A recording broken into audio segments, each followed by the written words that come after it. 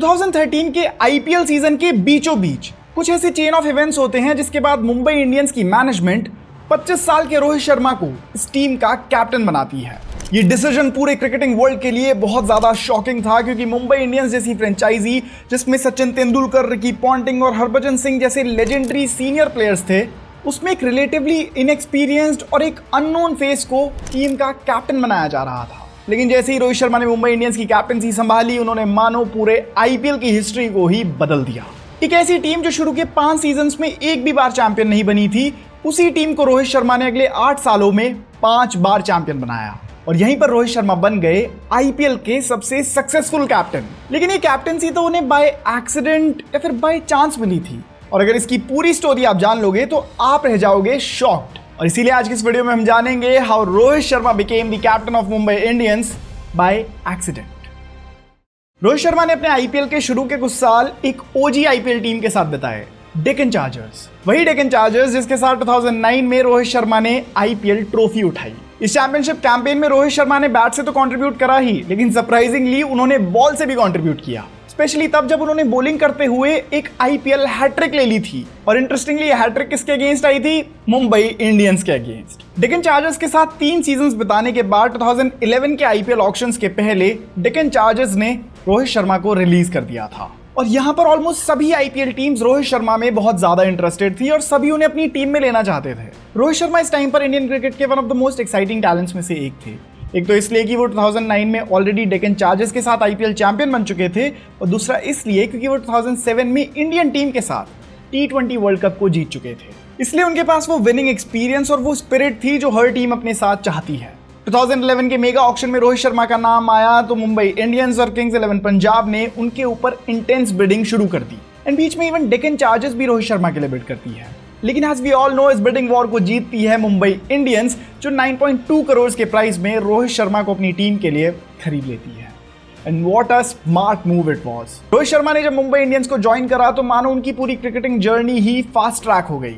वो मुंबई इंडियंस के साथ अपने पहले सीजन में नंबर 4 पर बैटिंग करते हुए 372 रन बनाते हैं, जिसमें उनकी 3 हाफ सेंचुरीज आई थी। फिर 2012 के सीजन में वो एक कदम और आगे बढ़ते हैं और इस बार एक सेंचुरी लगा देते हैं और इस सीजन को खत्म करते हैं 433 रन के साथ। अब इन 2 सीजन्स में रोहित शर्मा को मुंबई इंडियंस की मैनेजमेंट ने एक कोर प्लेयर की तरह ट्रीट किया था, जहां ऑल्दो कई सारे सीनियर प्लेयर्स ऑलरेडी टीम में थे, लेकिन फिर भी रोहित शर्मा को टीम के सभी बड़े डिसीजंस में इन्वॉल्व किया जाता था। जैसे कि अगर किसी सीजन के पहले किसी प्लेयर को ट्रेड किया जा रहा है तो रोहित शर्मा इन सारी स्ट्रैटेजीज और इन सारे डिसीजंस का पार्ट रहते थे, मानो जैसे ऑलरेडी उनको किसी बड़ी पोजीशन के लिए तैयार किया जा रहा हो। लेकिन फॉर्मली कभी भी उनसे ये रोल कम्युनिकेट नहीं किया गया कि हम आपको कैप्टन या वाइस कैप्टन बनाने की सोच रहे हैं, लेकिन हमेशा वो टीम के बड़े डिसीजंस के लूप में रहते थे। अब इस पॉइंट तक अगर मैं आपको मुंबई इंडियंस की सिचुएशन बताऊं तो मुंबई इंडियंस कई बार टॉप 4 में रहकर प्लेऑफ्स तक तो क्वालिफाई कर जाती थी, लेकिन एक भी बार वो आईपीएल चैंपियन नहीं बनी थी। शुरुआत से ही टीम के कैप्टन सचिन तेंदुलकर रहे थे, लेकिन आईपीएल 2012 के सीजन में सचिन तेंदुलकर ने डिसाइड करा कि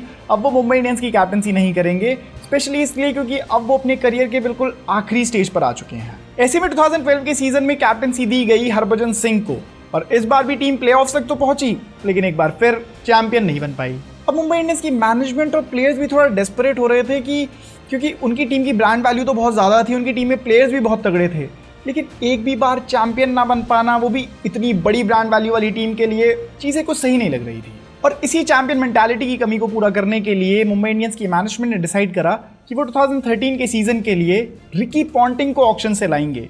और क्योंकि रिकी पॉन्टिंग के पास तो चैंपियन बनने का बहुत ज़्यादा एक्सपीरियंस है, और शायद रिकी पॉन्टिंग ही वो प्लेयर होंगे जो मुंबई इंडियंस को उनका पहला टाइटल जिता पाएंगे। अब रिकी पॉन्टिंग भी टीम को ज्वाइन करने के लिए तैयार हो जाते हैं, लेकिन रिकी पॉन्टिंग के साथ प्रॉब्लम ये थी कि रिकी पॉन्टिंग का नाम और स्टैचर ओडीआई और टेस्ट क्रिकेट में तो बहुत बड़ा है, लेकिन T20 क्रिकेट सही मायनों में कभी रिकी पॉन्टिंग को जमा ही नहीं। इसीलिए तो आईपीएल 2008 के कुछ मैचेस खेलने के बाद उन्होंने अब तक दूसरा कोई आईपीएल सीजन नहीं खेला था। लेकिन अब जब 2013 के आईपीएल सीजन में रिकी पॉन्टिंग को मुंबई इंडियंस में जोड़ा गया तो रिकी पॉन्टिंग अपने कमबैक के लिए तैयार थे। एंड यहाँ पर रिकी पॉन्टिंग टीम मेंटोर कम प्लेयर के तौर पर आने वाले थे, और इसीलिए वो सीजन के शुरू होने से पहले ही आ गए थे और टीम बिल्डिंग पर काम करने लगे थे। यंगस्टर्स को मोटिवेट करने के लिए टीम स्ट्रैटेजी बनाने तक पॉन्टिंग ने इस सीजन में एमआई के लिए सब कुछ करा। लेकिन जब सीजन शुरू हुआ तो पहले 6 मैचेस में वो सिर्फ 52 रन बना पाए, जिसमें से सिर्फ 2 बार वो 10 रन के आंकड़े के पार पहुंच पाए थे। एंड ओपनिंग पोजीशन पर बैटिंग करने के लिहाज से ये बहुत डिसअपॉइंटिंग परफॉर्मेंस थी। ऐसे में रिकी पॉन्टिंग समझ गए थे कि उनके लिए मुंबई इंडियंस की कैप्टनसी को कंटिन्यू करना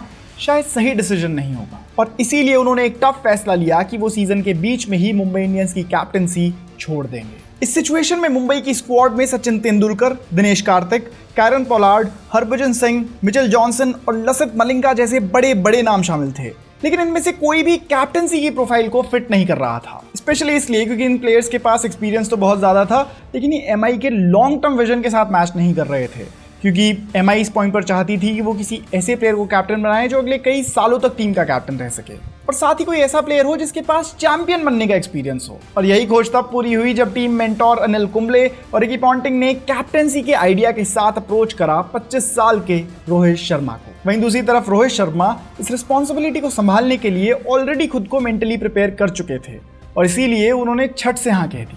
जब रिकी पॉन्टिंग ने रोहित शर्मा का एक कॉन्फिडेंस देखा तो वो समझ गए कि रोहित शर्मा इस रोल को संभालने के लिए परफेक्ट है। अब सारी बात थी मुंबई इंडियंस की मैनेजमेंट पर कि क्या वो एक ऐसा रिस्क लेने के लिए तैयार हैं जहां वो अपनी टीम का कैप्टन एक ऐसे प्लेयर को बनाएंगे जिसकी रिलेटिवली कोई ब्रांड वैल्यू नहीं है, साथ ही जिसके पास कोई ज़्यादा कैप्टनसी का एक्सपीरियंस नहीं है, और अभी तो इस प्लेयर की इंडियन टीम में भी जगह कुछ पक्की नहीं हुई है। लेकिन यहीं पर मुंबई इंडियंस की मैनेजमेंट ने अपना अब तक का सबसे ब्रेव डिसीजन लिया और 2013 के आईपीएल सीजन के बीचों बीच रोहित शर्मा को टीम की कैप्टनसी सौंप दी। और दोस्तों, अगर अब मैं वो फ्रेज यूज करूं कि रेस्ट इज हिस्ट्री तो गलत नहीं होगा, क्योंकि रोहित शर्मा ने यहीं से मुंबई इंडियंस की पूरी हिस्ट्री पलट दी। कैप्टन बनते ही रोहित शर्मा ने मुंबई इंडियंस को इसी सीजन में आईपीएल का चैंपियंस बना दिया, और फिर तो मानो मुंबई इंडियंस और आईपीएल ट्रॉफीज का कारवां कभी रुका ही नहीं। 2013, 2015, 2017, 2019 और फिर 2020, इन 5 सीजन्स में मुंबई इंडियंस आईपीएल चैंपियंस बनी और आईपीएल की सबसे सक्सेसफुल फ्रेंचाइजी बन गई,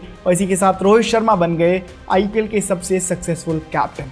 लेकिन हमें याद रखना होगा कि 2013 के उस आईपीएल सीजन की शुरुआत तक तो खुद मुंबई इंडियंस को भी नहीं पता था कि वो रोहित शर्मा को टीम का कैप्टन बनाएंगे, और फिर भाई एक्सीडेंट ही सही लेकिन रोहित शर्मा को टीम की कैप्टनसी मिली।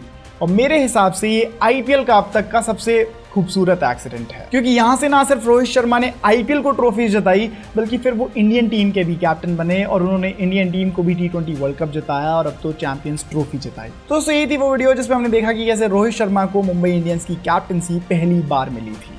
वीडियो अच्छी लगी तो वीडियो कर दो लाइक, चैनल को कर दो सब्सक्राइब।